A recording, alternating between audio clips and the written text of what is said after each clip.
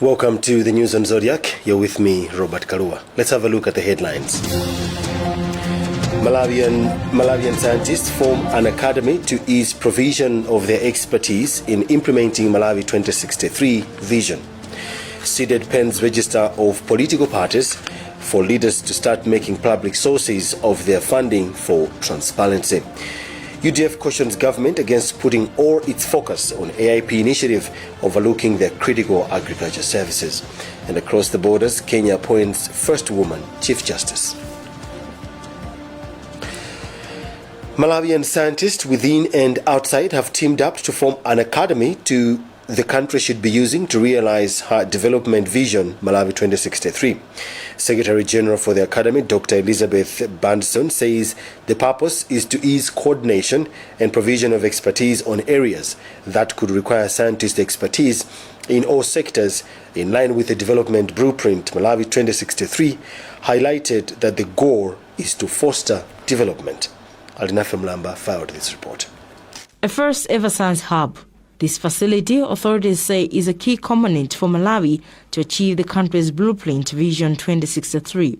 Secretary General for the Academy, Dr. Elizabeth Bandson, says the future is science. The hub is expected to help Malawi make scientific-led decisions. We're not only trying to solve problems, but we're also trying to promote science. As you've heard in the function, that everyday life is science, so we cannot live our life without science. Minister of Education Agnes Nyalonje is happy for this milestone.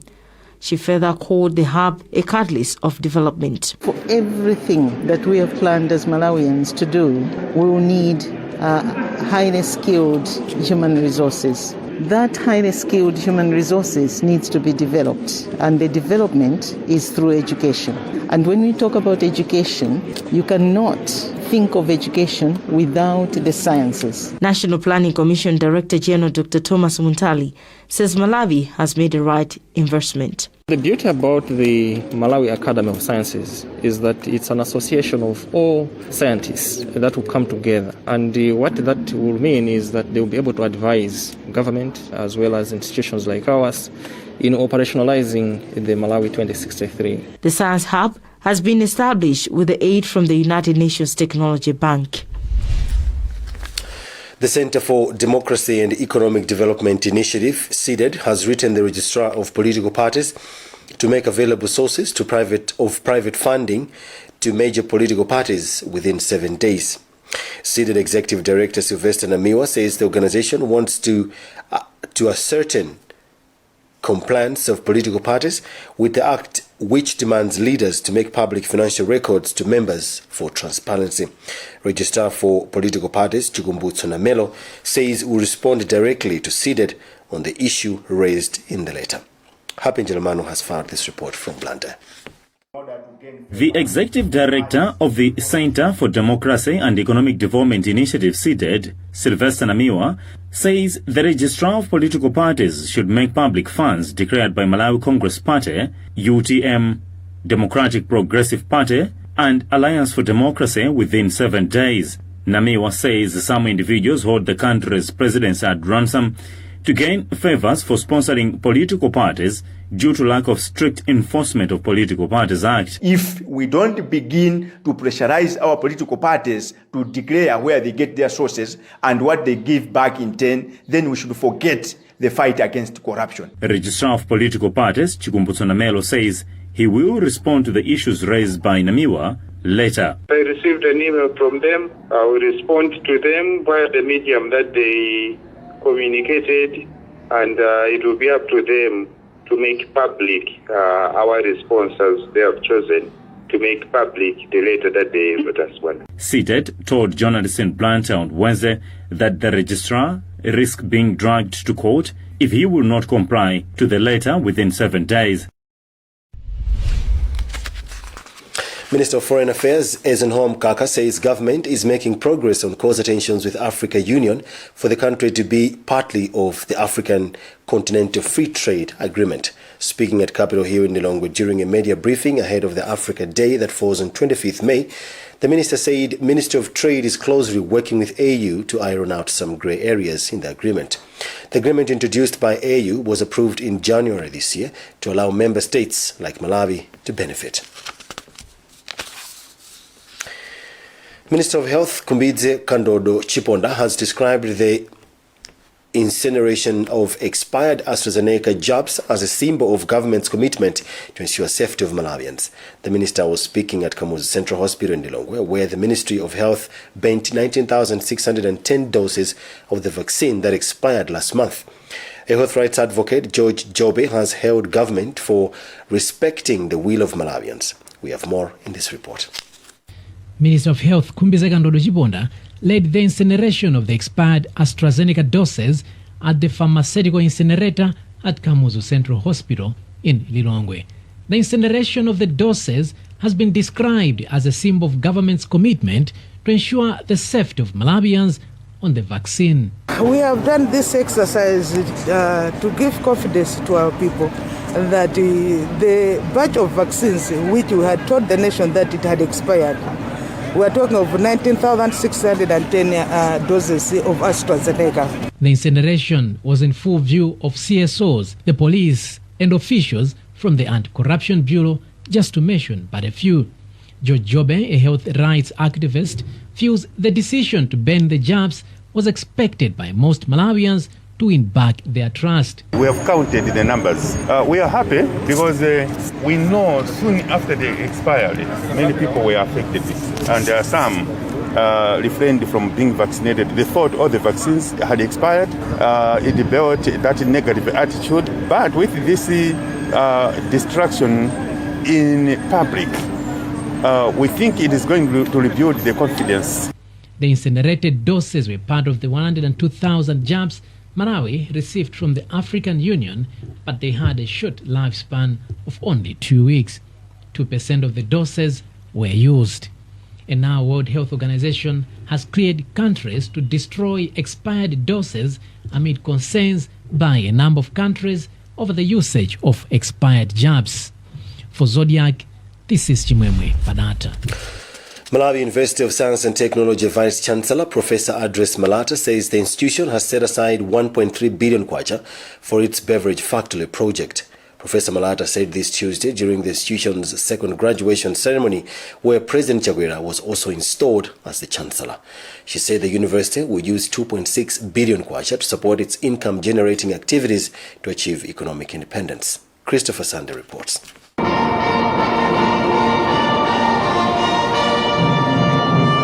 Professor Adres Malata told President Lazarus Chakwera, graduates and captains in the technology and innovation sector, that the Malawi University of Science and Technology MUST is a solution-based university. She was speaking at a graduation ceremony of 364 students on Tuesday.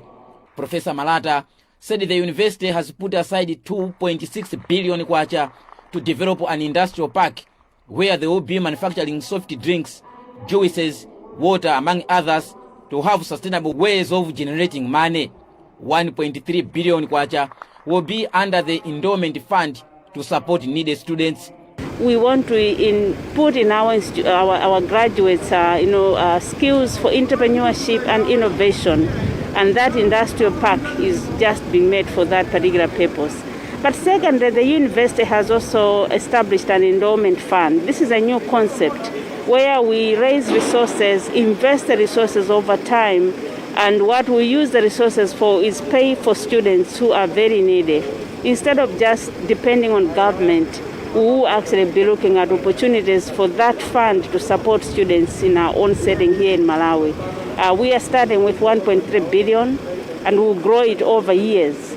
And we don't eat the principal money, we only eat the interest. That interest is what will be used either for innovations here, but also supporting needy students. President Chakwera asked the graduates to demonstrate their ability by coming up with innovative interventions to help the country achieve the 2063 national agenda. He added that having such productive citizens can assist the country to create wealth and self-reliance among citizens, unlike the current trend where citizens depend on government aid. President Chakwera said his government delinked the University of Malawi in order to scale up human capital development, promising that he will see to it that universities are adequately supported in the country. Reporting for Zodiac, this is Christopher Sande. You're watching the news on Zodiac. We'll be back after this short break. Stick around.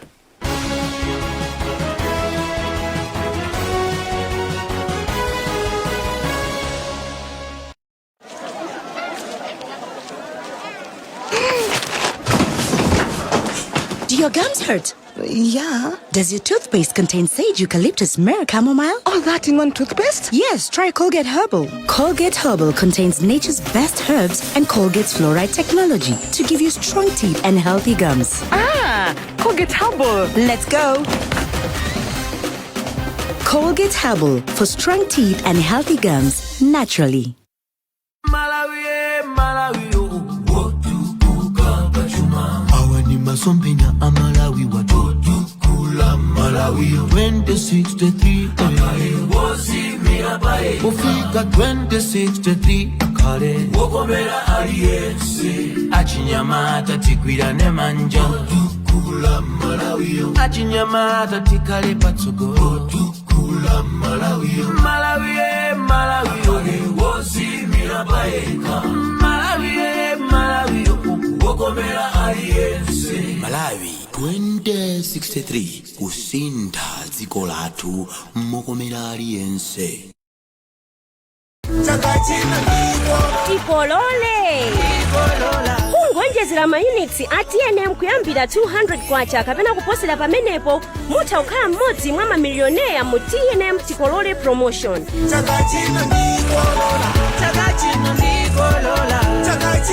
Koma mukaonjezera ma units ndi 100 kwacha kapena kuposerapo mudzilandira ma bonus oyimbira phone, SMS kapena data pompo.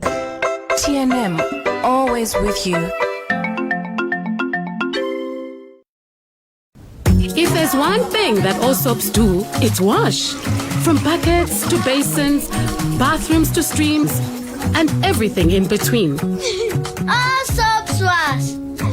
Yes, but Protex is different. Its reinvented formula with flaxseed oil boosts your skin's natural anti-germ defenses by 10 times more, protecting you against 99.9% of germs. So what keeps us healthy? Protex! Good health starts here. Special scholarships available at UNICAF University for bachelor, master's and doctoral degree programs. UNICAF University is accredited nationally by the NCHE and internationally by the British Accreditation Council in the UK. Enroll for internationally recognized degrees at a fraction of the cost, with the special scholarships available for the April-June 2021 intake. Feel safe knowing that your online studies with UNICAF University will not be disrupted by measures for the pandemic. From enrollment to graduation, everything runs smoothly online. Don't miss this golden opportunity. This offer is only valid until the end of June 2021. So apply today and get a free tablet when you register and pay the required deposit. Ring 01755 or WhatsApp 0993 907002 for more information. Like every mom, you want the best for your child. Happy birthday. You feed her mind and nurture her body. And you understand there are times you have to let her pick herself up when she falls. You make sure she knows the joy of sharing happy moments with family. And when everything comes together, you above all others will share the taste of success with her. Blue Band tastes like mama's love.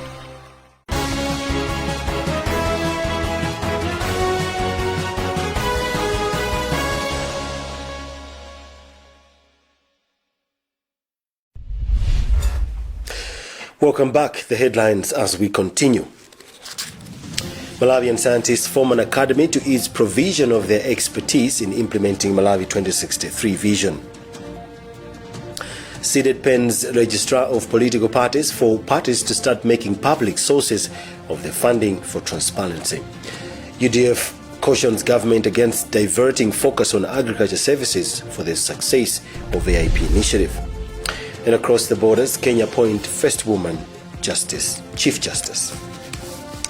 Moving on with the news, leader of United Democratic Front UDF in Parliament, Nedson Poya, says government needs to be careful in the implementation of agriculture initiatives to avoid turning the ministry into an affordable input program AIP institution. Responding to a SONA presented last Wednesday by President Lazarus Chakwera, the Zomba Mtonya parliamentarian said government seems to have abandoned other agriculture services for the country to be food secure. We've got a report filed by Western Ghouta. Contributing to the SONA which President Lazarus Chakwera presented last week Wednesday, parliamentarian Nedson Poya said there is need to holistically reconsider how the country is now conducting agricultural services. Poya said that, for example, animal husbandry, extension services and research are not given priority, so much so that the Ministry of Agriculture has been reduced to a mere agriculture input program AIP institution. He said that research, for example, contributed to production of the country's own groundnut varieties, adding many agriculture institutions are now in shambles. The UDF leader in Parliament went further to tackle on health, saying mental health issues have been on increase since the emergence of COVID-19, saying some things need to be done to address the problem as there may be more unreported cases. Ministry of Agriculture has been reduced to AIP only, disregarding other equally important factors like extension services, the livestock production, and research. As a country, previously we used to have very good seeds in terms of groundnuts. I remember CG7, Chalimbana. These seeds were produced by Malawi researchers. So the Ministry of Agriculture has looked away from research. Poya further asked government to complete projects that stalled, including roads, chief's honorarium increment, and houses. He also asked government to carefully handle the relocation of refugees to Dzaleka according to international laws. Still on Parliament, parliamentarian from Zimba North, Yeremia Chihana, is scheduled to table in Parliament a motion that seeks to address weaknesses in the system of buying and selling fuel in Malawi, which he says is leading to loss of forex. Chihana has since filed a notice to Parliament about the matter. I'm only talking about the pricing mechanism and the model, which if we continue with DDU, it is expensive and it is draining excess forex expenditure on Malawi, and unfortunately even DDU is not provided for in the constitution as well as in the rules and regulations provided for in the acts and the constitution of Malawi. Suffice to say that Section 57 does not even allow to raise levies and taxes on a foreign related company, be it a subsidiary or branch accounting. And it puts Malawi in an awkward state in the matter as the DDU is concerned, because much of the taxes which should have been levied in Malawi are no longer charged because the company which is given the DDU and unpaid duty, unless if it was paid duty, is doing and being paid in a foreign country. And those are the challenges which the Malawi as a government is facing, and the pricing model is not giving an advantage and competitive advantage to Malawi. The translation of that overcharging is translating into all goods and services that are produced in Malawi, and Malawian goods remain uncompetitive on the world market and on the local stage. And because of the excess demand of the strategic commodity, which is fuel, it puts the economy in an awkward state, and we are month in, month end, every month we are posting deficits and debts to the company that is supplying fuel.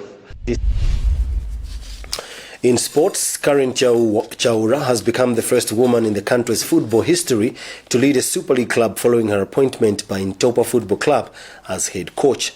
Club owner Isaac Jomo Osman has confirmed that Chaura, a CAF license holder and a coaching instructor, has been hired until the end of the current campaign.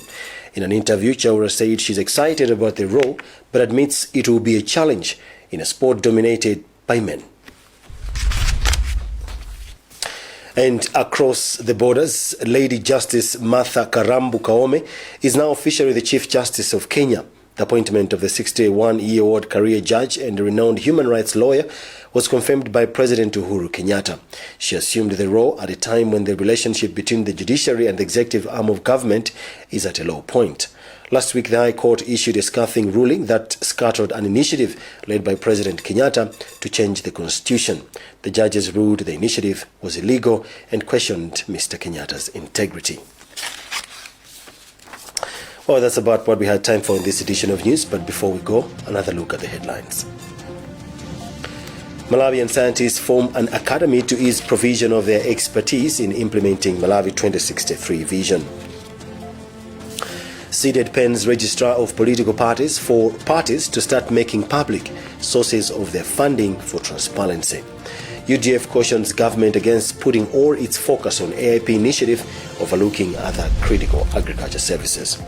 And across the borders, Kenya appoint first woman Chief Justice. Visit our website, zodiacmalawi.com, for more news. My name is Robert Karua. Thanks for watching.